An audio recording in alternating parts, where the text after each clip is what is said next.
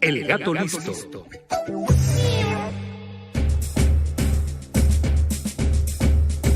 Hola amiguitos radioescuchas, soy su compadre Félido, el gato listo. Me da muchísimo gusto que ya sea nuevamente domingo y porque la verdad que llevo toda la semana queriendo contarles una historia que me gustó mucho. Como muchos de ustedes recordarán, la semana pasada les hablé sobre la historia del Galeón de Manila. Ese enorme barco que cada año llegaba a Acapulco cargado de cosas que venían de las Filipinas y de zonas del lejano oriente. Bueno, pues déjenme les cuento que el tema me dejó realmente picado, así que no me quedó de otra más que seguir leyendo sobre el tema en la biblioteca. Rafael, el bibliotecario, veía muy sorprendido cómo yo iba día tras día a pedir libros que luego devoraba en mi sillón.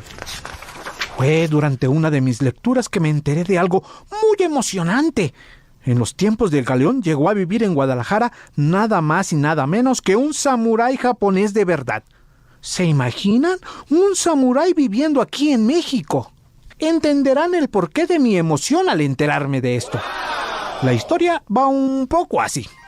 La primera pista apareció en 1983 cuando un historiador francés de nombre Thomas Calvo hizo un estudio sobre la ciudad de Guadalajara en el siglo XVII. Fue que entre los muchos papeles que había revisado, una de las cosas que dijo ahí, había encontrado algunos que hablaban de algunas personas japonesas viviendo en la ciudad durante el tiempo de la colonia, lo cual no se sabía antes. Entre ellos se encontró que había un tal Luis de Encio, que había sido un comerciante de ese entonces. Bueno, resulta que este estudio le llegó al que era entonces embajador japonés en España, el señor Eikichi Hayashida, que antes había trabajado en México.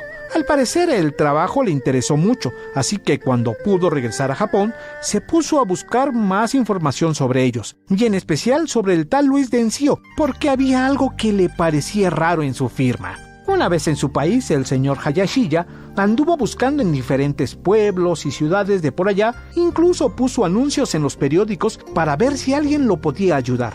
Al final, logró hallar el nombre original de Luis de Encio y su lugar de origen. El nombre original era Fukushi Soemon o Hyoemon y venía de la ciudad de Fukushi al norte de Tokio. A partir de ahí, y con la ayuda de dos investigadores mexicanos, comenzó a aparecer más información. Al parecer, Luis de Encio había nacido cerca del año de 1595 en Japón y se convirtió en samurái con todo y sus famosas espadas curvadas.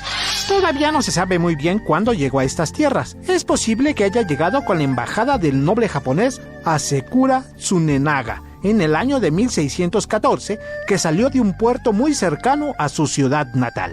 ¿Se imaginan la sorpresa que se debió de llevar al llegar aquí? ¿Creen que haya tenido problemas para comer con tortilla de maíz cuando llegó o para entender el español?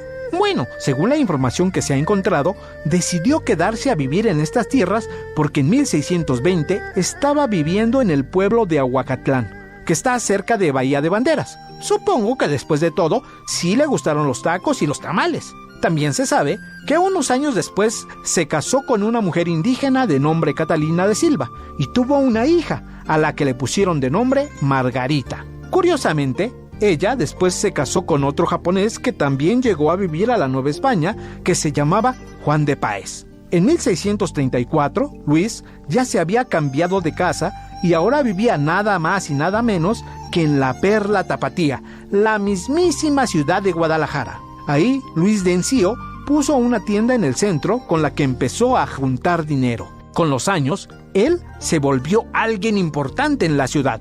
Sabemos que decidió ser el padrino de bautizo de varios niños huérfanos de la ciudad y también que por unos años el gobierno lo eligió como la única persona que podía vender mezcal en toda Guadalajara.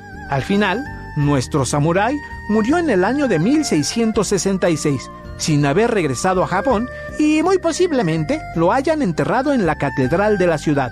¿Se pueden imaginar lo que fue vivir casi 50 años fuera de su país? Pero lo más sorprendente de todo es que don Encio no estaba solo. De hecho, en varios papeles de la época aparece que en Guadalajara vivían por lo menos 20 personas que venían del lejano oriente. Interesante, ¿no? Y pues bueno, esa es la historia del samurái que vivió en Guadalajara, del cual aún queda mucho por conocer. En fin, Temo que a nosotros se nos acabó el tiempo. Nos escuchamos en la siguiente emisión. Saludos de su sapientísimo félido amigo. Hasta la próxima.